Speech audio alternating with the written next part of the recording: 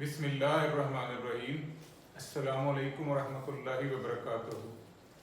लाखों करोड़ों दुरूद व सलाम नबी करीम सल्लल्लाहु अलैहि वसल्लम पर और आपकी आल पर। आज बेटा हमारा जो टॉपिक है वो है मेजरमेंट एरर।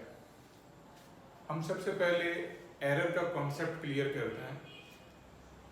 जो बेटा कंटिन्यूस वेरिएबल हैं जैसे हाइट है, वेट है, टेम्परेचर है, स्पीड है, ये वो वेरिएबल्स हैं कि जिनकी हमें एग्जैक्ट वैल्यू जो है ना वो नहीं मिलती।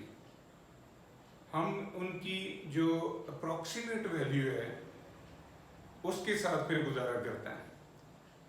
अब जो देखें जो डिफरेंस है between exact value and estimated value या अप्रॉक्सीमेटेड वैल्यू, तो इस फर्क को हम एरर कहते हैं।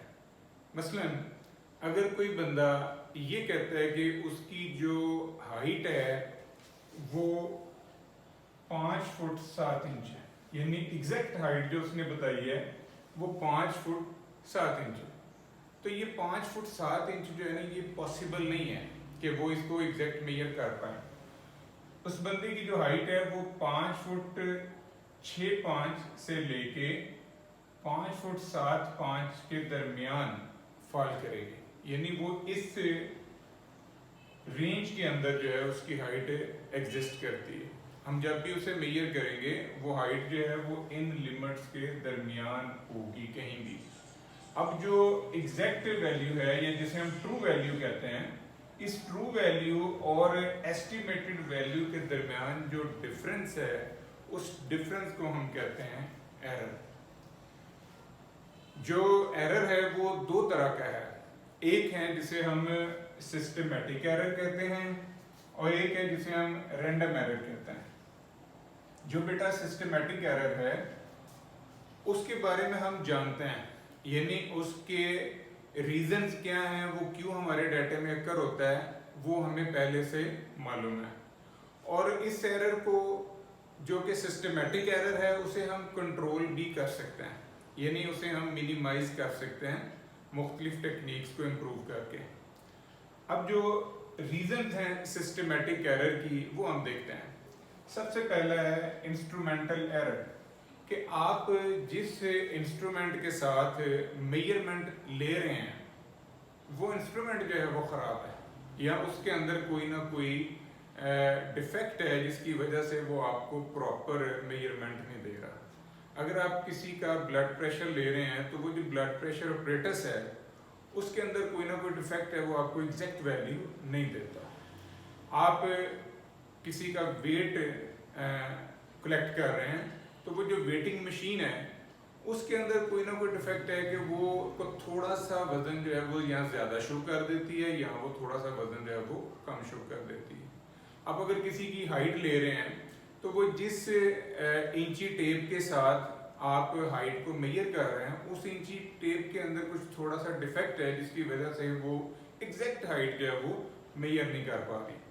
तो अब ये जो एरर आ रहा है वो है इंस्ट्रूमेंटल एरर, यानी कि जो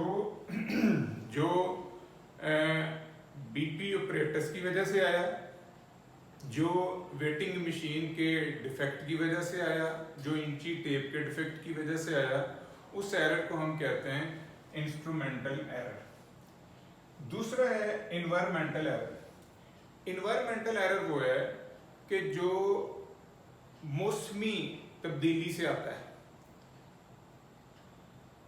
जैसे कूलिंग ज़्यादा हो जाती है, जैसे हीटिंग ज़्यादा हो जाती है, डस्ट आ जाती है, नॉइस मतलब ज़्यादा आ जाता है, तो ये वो एरर है जो इन्वायरमेंटल है। इसको समझने के लिए मैं एक आपको छोटी सी एग्जांपल से क्लियर करता हूँ। देखिए अगर आप कभी ज्वेलर के पास जाएं गोल्ड परचेज करने के लिए तो आप नोटिस करें कि वो जो ज्वेलर है उसने जो गोल्ड को मेजर करने वाला तराजू है वो उसने एक शीशे के केज में बंद किया हुआ है, और जब वो गोल्ड की मेजरमेंट करता है, उसको तोलता है, तो वो क्या करता है, जो पंखा चल रहा होता है ना वो उसे बंद कर देता है, ताकि जो एयर है उसकी वजह से उसका जो मेजरमेंट प्रोसेस है वो इफेक्ट ना हो। आप नोट करें कि उसने एक तो केज को भी, यानी जो तराजू है, जो उसने गोल्ड नापने के लिए तराजू रखा हुआ उसको उसने केज के अंदर रखा हुआ है, और प्लस में वो एयर भी बंद कर रहा है, वो कोशिश कर रहा है कि हर लिहाज से एग्जैक्ट जो मेजरमेंट है वो मुझे मिले। तो ये वो चीज़ें हैं जो इन्वायरमेंटल एरर को जनरेट करती हैं। तीसरा है ऑब्जर्वेशनल एरर। ऑब्जर्वेशनल एरर वो है कि जो इनकॉम्पिटेंट जो बंदा है जो मेजरमेंट ले रहा है उसकी इनकॉम्पिटेंसी की वजह से आ रहा है, यानी उस बंदे को मेजरमेंट का प्रॉपर पता नहीं है, या उसकी ट्रेनिंग नहीं हुई, या उसने निग्लिजेंस का मुजाहरा किया है जिसकी वजह से वो डाटे की एग्जैक्ट रीडिंग नहीं ले पा रहा। तो ये जो ऑब्जर्वेशनल एरर है ये इनकम्पिटेंट वर्कर की वजह से, इनकम्पिटेंट स्टाफ की वजह से हमारे डाटे में आ जाता है। अब आ जाए एब्सोल्यूट एरर। एब्सोल्यूट एरर क्या होता है? ये बेटा वो एरर है जो एस्टिमेटेड वैल्यू और ट्रू वैल्यू के दरमियान फॉल करता है, यानी जो डिफरेंस है बिटवीन एस्टिमेटेड वैल्यू और ट्रू वैल्यू, इन दोनों के दरमियान का जो डिफरेंस है दैट्स कॉल्ड एब्सोल्यूट एरर। मसलन एक बंदा कहता है कि उसका जो वेट है वो 65 kg है, यानी उसका ट्रू वेट जो है वो 65 kg है। अब हमने वेटिंग मशीन से उस बंदे का वेट मेजर किया तो हमें उस बंदे का जो वेट मिला वो मिला 65.15 kg। अब जो एस्टिमेटेड वेट है वो 65.15 kg है, जो कि ट्रू वेट से थोड़ा सा बड़ा है, क्योंकि ट्रू वेट जो है वो 65 kg है। अब ये जो एस्टिमेटेड और ट्रू वेट के दरमियान का डिफरेंस है दैट्स 0.15 kg। ये जो 0.15 kg है इसको हम कहते हैं एब्सोल्यूट एरर। अब जो रिलेटिव एरर है, रिलेटिव एरर जो है ये बेटा रेशियो है बिटवीन एब्सोल्यूट एरर और ट्रू वैल्यू। एब्सोल्यूट एरर और ट्रू वैल्यू की रेशियो को हम कहते हैं रिलेटिव एरर। अब ये देखें कि जो हमारा एब्सोल्यूट एरर है वो है 0.15 kg और जो ट्रू वेट है वो है 65 kg। तो अगर हम 0.15 kg को डिवाइड कर लें 65 kg के ऊपर तो जो रिजल्टेंट हमें मिलेगा वो मिलेगा रिलेटिव एरर। अब जो नेक्स्ट है वो है परसेंटेज एरर या परसेंटेज रिलेटिव एरर। अगर हम रिलेटिव एरर को 100 से मल्टीप्लाई कर दें तो फिर जो हमें रिजल्टेंट मिलेगा उसे हम कहते हैं परसेंटेज रिलेटिव एरर। इसके बाद आता है अनबायस्ड एरर और बायस्ड एरर। जो अनबायस्ड एरर है इसको कंपनसेटिंग एरर भी कहते हैं, और जो बायस्ड एरर है इसको क्यूमुलेटिव एरर भी कहते हैं। अब आपने इन दोनों को समझना है। मैं एक छोटी सी एग्जांपल से ये दोनों का फर्क जो है ना वो क्लियर करता हूँ। देखिए मेरे पास 4 लोग हैं, 4 स्टूडेंट हैं जिनकी मैंने एज जो है ना वो ली है। पहला बच्चा है उसकी एज जो है 15 साल 10 महीने है, दूसरे की एज 18 साल 2 महीने है, तीसरे की एज 17 साल 7 महीने है और चौथे की एज जो है वो 18 साल 5 महीने है। अब ये बेटा इनकी एक्चुअल एज है, यानी इनकी जो ट्रू एज है वो ये है। अब मैं ये उनसे पूछता हूँ, सवाल करता हूँ कि यार आपकी लास्ट बर्थडे कब थी, यानी जो आपने आखिरी अपनी बर्थडे सेलिब्रेट की है वो कब की है। तो जो पहला स्टूडेंट है वो कहता है जी मैंने 15 ईयर एज में अपनी जो लास्ट बर्थडे है वो सेलिब्रेट की है। दूसरा स्टूडेंट कहता है जी मैंने 18 साल की एज में की है, तीसरा कहता है मैंने 17 साल की एज में की है, जो चौथा है वो कहता है मैंने 18 साल की एज में की है।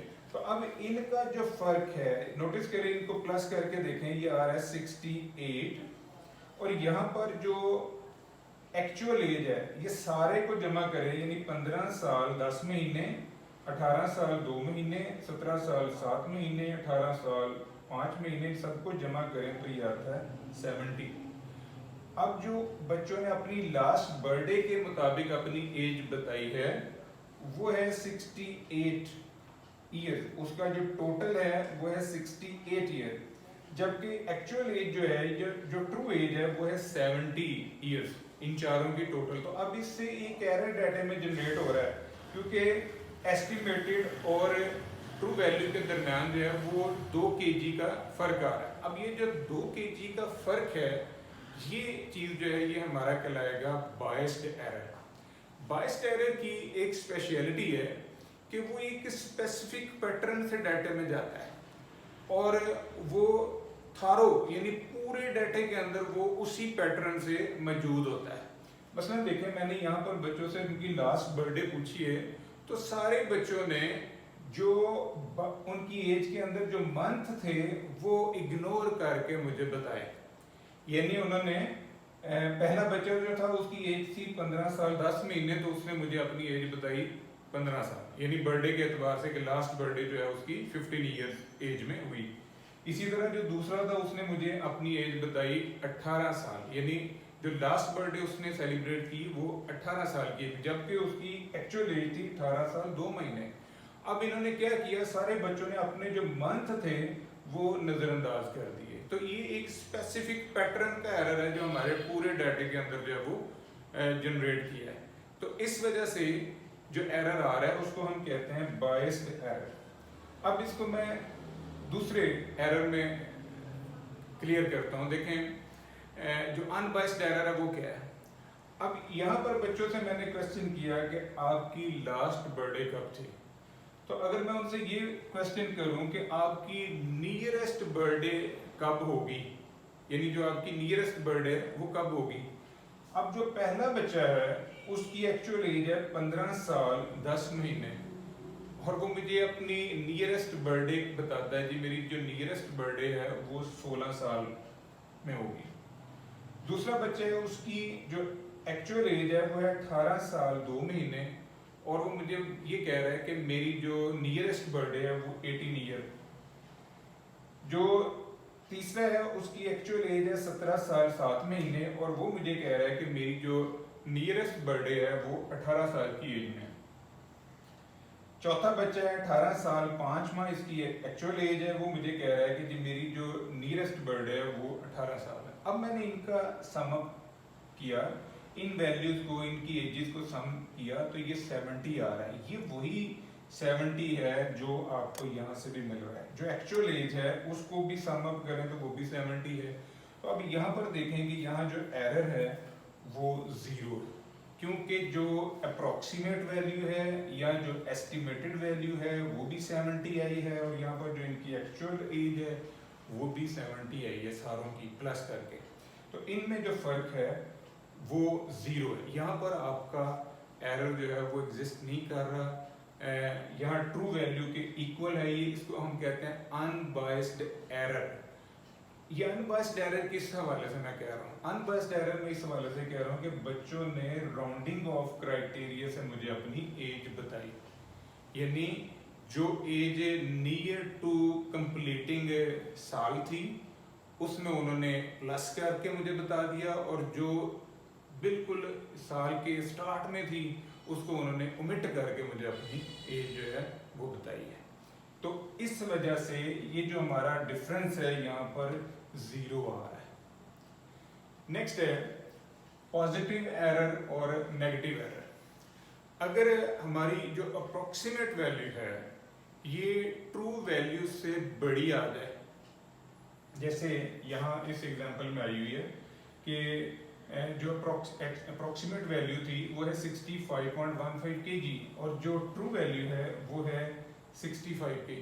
अब हमारी जो अप्रोक्सीमेट वैल्यू है, जो एस्टिमेटेड वैल्यू है वो ट्रू वैल्यू से 0.15 kg ज्यादा है। तो यहाँ पर जो है ये पॉजिटिव एरर एग्जिस्ट कर रहा है, क्योंकि जब अप्रोक्सीमेट वैल्यू ट्रू वैल्यू से ज्यादा होती है तो वहां पर जो है आपका पॉजिटिव एरर एग्जिस्ट करता है और जब अप्रोक्सीमेट वैल्यू ट्रू वैल्यू से कम होती है तो फिर वहां पर नेगेटिव एरर जो है वो एग्जिस्ट करता है। नेक्स्ट है अल्फा एरर और बीटा एरर।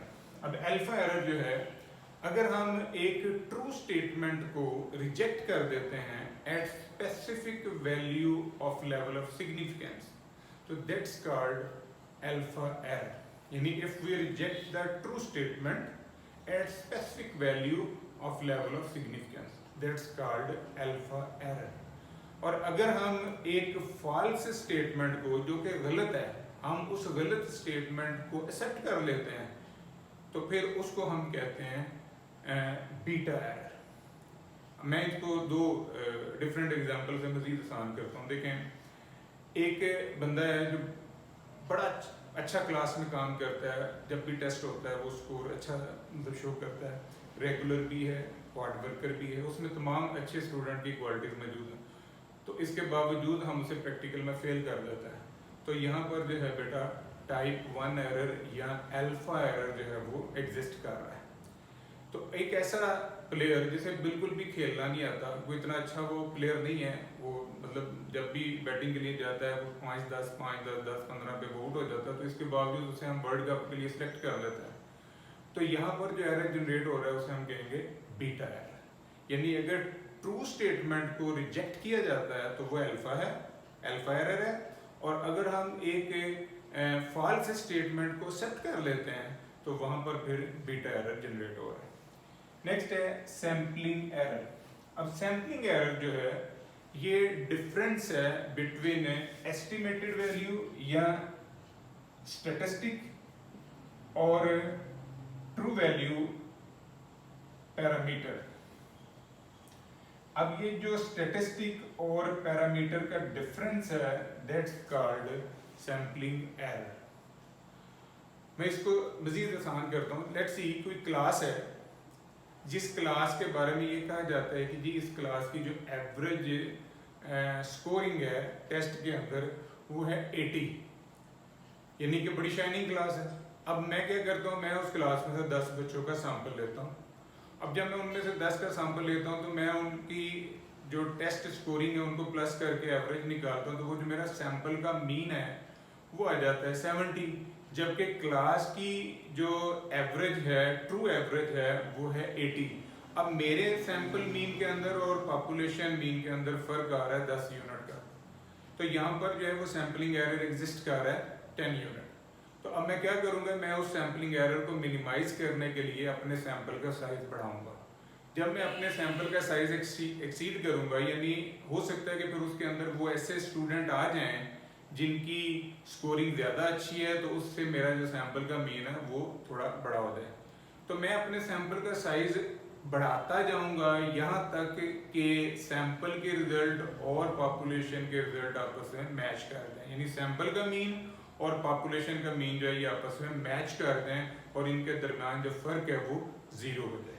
तो इसको हम कहते हैं सैंपलिंग एरर, यानी difference between statistic and parameter is called sampling error. एक एरर है जिसे हम नॉन सैंपलिंग एरर कहते हैं। अब नॉन सैंपलिंग एरर जो है ये वो है जो गलत इंफॉर्मेशन की वजह से डाटा में जनरेट होता है।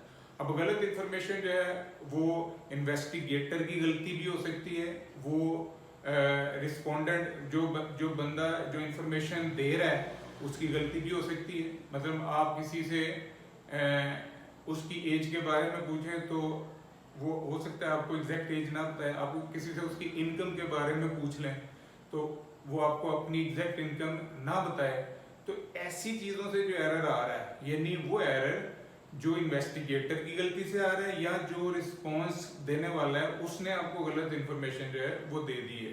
तो ऐसी इंफॉर्मेशन से जो कि है ही गलत, तो उससे जो डाटा से रिजल्ट निकलेंगे वो खराब होंगे, उससे एक एरर जो जनरेट हो रहा है that's called non sampling error. अब जो नॉन सैम्पलिंग एरर है ये सैम्पलिंग एरर से ज़्यादा खतरनाक है, क्योंकि जो सैम्पलिंग एरर है उसको हम एलिमिनेट कर सकते हैं by increasing the sample size, लेकिन जो नॉन सैम्पलिंग एरर है उसको हम कंट्रोल नहीं कर सकते। उसकी वजह ये है कि वो डाटे में शुरू से आया हुआ है, उसको कंट्रोल करने के लिए हमें सारे डाटे को फिर नए सिरे से कलेक्ट करना पड़ेगा, क्योंकि वो इन्वेस्टिगेटर की गलती से भी आया हुआ है और वो जो बंदा इंफॉर्मेशन दे रहा है उसकी गलती से भी आया हुआ है, वो जो क्वेश्चनर आपने फिलअप करवाया उसके अंदर कुछ मिस्टेक्स थी जिसकी वजह से वो डाटा में एरर आ रहा है।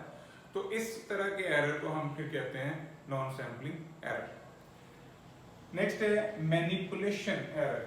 मैनिपुलेशन एरर वो होता है जो डाटे की काउंटिंग के दौरान आ जाता है, डाटे को काउंट करते हुए काउंटिंग प्रोसेस के अंदर, वेटिंग प्रोसेस के अंदर वैल्यूज को अप्रॉक्सीमेट करते हुए हमारे डाटे में आ जाता है, यानी अप्रॉक्सीमेशन प्रोसेस की वजह से कुछ गलतियां हो जाती हैं, तो वहां पर हमारे पास जो एरर आता है उसको हम कहते हैं मैनिपुलेशन एरर। नेक्स्ट है error of origin. Error of origin वो है जो गलत यूनिट की सिलेक्शन से आता है, यानी रिसर्च के दौरान हम यूनिट्स ही गलत आइडेंटिफाई कर जाते हैं, वेरिएबल्स के यूनिट को गलत ले लेते हैं, या इन्वेस्टिगेटर की गलती की वजह से, या जो इंफॉर्मेशन देने वाला है उसकी मिस्टेक्स की वजह से। तो वो जो इंफॉर्मेशन वेरी अर्ली यानी स्टार्ट से ही हमारे पास गलतियां जो है वो आना शुरू हो जाती हैं, तो ऐसे एरर को हम कहते हैं एरर ऑफ ओरिजिन। ये था बेटा आज का हमारा टॉपिक। होप सो आपको मेजरमेंट एरर और उसकी टाइप्स के बारे में कॉन्सेप्ट जो है वो क्लियर हो गया होगा। दुआओं में याद रखिएगा, इंशाल्लाह अगली वीडियो के साथ फिर हाजिर होंगे। फी मान अल्लाह।